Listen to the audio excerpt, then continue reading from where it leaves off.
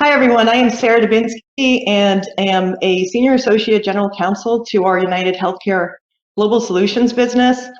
And as Simon mentioned, I'm going to talk about an employer's duty of care, particularly in light of the pandemic. It's generally well settled that employers have a legal duty of care to protect the health and safety of their employees. And the pandemic has really increased the focus on an employer's duty of care to its employees both domestically and abroad, including the employer's duty to understand the threats its employees may face in light of COVID and how to respond to these threats from a preventative standpoint. As Dr. Amit mentioned, as a result, employers are considering how they can better support employee health and well-being. They are increasingly offering employee assistance programs and other counseling resources. Some are even offering additional employee benefits as a result of the pandemic, including childcare options, expanded leave options, even financial wellness programs. And these benefits are really designed to help employees meet both the personal and work challenges imposed by the pandemic.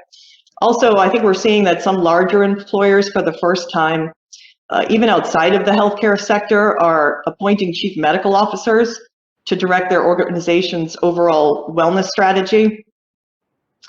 And in some jurisdictions, there are specific mental health duties on employers. And elsewhere, laws which have applied for other purposes are kind of being expanded to encompass mental health. And one legislative theme which is becoming increasingly common is an employee's right to disconnect from their work computer, emails, and phone calls after working hours. And this right was actually introduced in France in 2017. But since then, other countries have adopted similar measures, including Spain and Italy. And now Canada is working on a similar right to disconnect as part of its overall governmental response to the mental health aspects of COVID. Also, in the European Union, they're now considering an EU-wide right to disconnect. So it's going to be interesting to see how this sort of plays out and if more countries ultimately decide to adopt a similar approach. And of course, as Scott sort of touched upon, a big issue for employers right now is whether they can or should require employees to be vaccinated. And I'm going to talk about what's going on in the US in this regard. Simon's going to sort of touch upon what's happening outside of the US. But in addition to the return to work issues and employers have been dealing with, obviously the vaccine is now kind of presenting issues as well. And in December, the Equal Opportunity Employment Commission, or EEOC, did release guidance on this issue. And they essentially stated that under the Americans with Disabilities Act, employers can enforce safety-based qualification standards for workers, including those aimed at ensuring people do not pose a direct threat to the health and safety of others in the workplace. And such standards can include a vaccination requirement. Also, under the rules of the Occupational Safety and Health Administration, or OSHA, which is part of the US Department of Labor, there is a general requirement for employers to maintain a workplace free from serious and recognized hazards. And interestingly, if an employer doesn't sort of mandate vaccines and people don't receive them, other employees could allege that the employer has failed to provide a safe and healthy work environment in accordance with OSHA rules. Also, when deciding to sort of implement a vaccination policy, employers need to be aware that under the ADA, the vaccination policy really should include a careful process for addressing workers whose medical conditions prevent them from safely taking the vaccine. These workers need to be provided with reasonable job accommodations, which could include working remotely, masks, social distancing, and in some cases, another position. And given the newness of the vaccines, there's not complete clarity on which medical conditions would pose a risk and therefore constitute a legitimate reason for being exempted from an employer vaccination program. So this means that there really is, these are gray areas for both employees and employers. Also, under Title VII of the Civil Rights Act, employer vaccination policies need a process for exempting and accommodating workers with sincerely held religious objections to vaccinations. And there's really a lot of uncertainty around what constitutes a legitimate and applicable religious belief for this purpose. The definition of religion is very broad.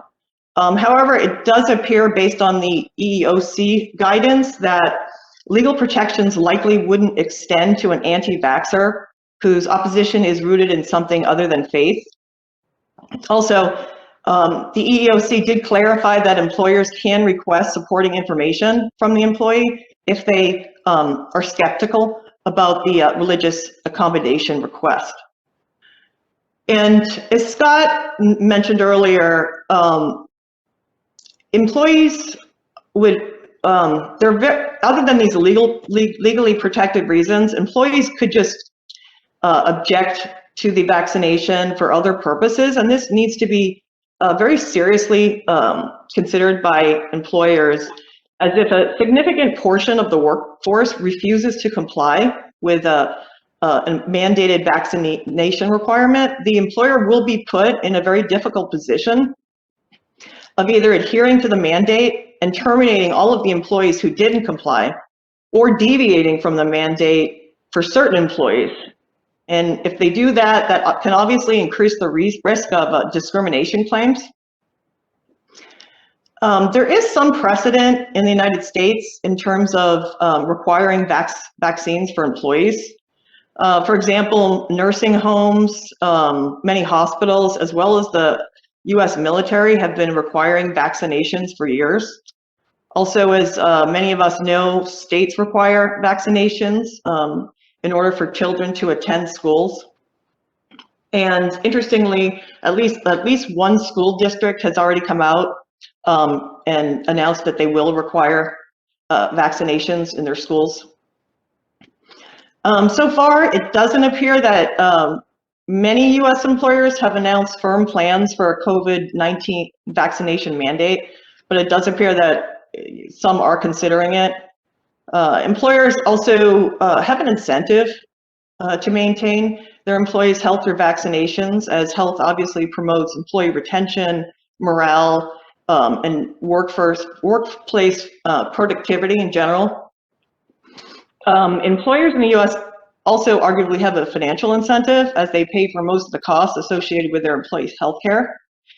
And while they're not obliged to pay for the vaccinations, even if they do mandate them, some employers have felt that this is a good idea and have already come out and announced that they will do this. And we see that employers are already taking sort of different approaches. Some are offering financial incentives for their employees to take the vaccine. Some examples that come to mind are Aldi, the grocery store chain, and the Dollar General stores. Privacy is also a legal issue to be aware of in relation to any employer vaccination policy. In the US, employee health data, which includes information about an employee's medical condition or prescription information, is protected under the law, and it generally needs to be kept separate from employment records and not be used to make an employment related decision. And this is interesting because these privacy protections can also sometimes conflict with employer safety goals. So for example, in order to achieve a safer workplace, vaccination status could be used to determine who can work in jobs with more virus spreading risks, like those with more coworker or customer contact. And if a significant number of people in a workplace seek exemption, reassigning large numbers of employees away from their original jobs effectively means health data is being used to make employment decisions. So employers really should be cognizant of that point. And considering all of these issues, employers are already applying marketing principles in order to promote voluntary vaccination and minimize the likelihood of large numbers of employees seeking an exemption from the vaccine. So for example, they are disseminating targeted, tailored education materials. They're highlighting their senior executives' enthusiasm about receiving the vaccination themselves. And ensuring the messaging that goes to employees is both scientifically accurate and effective for the diverse populations within a workforce. So in general, I think it's going to be really interesting to see what approaches employers take in relation to this issue over time.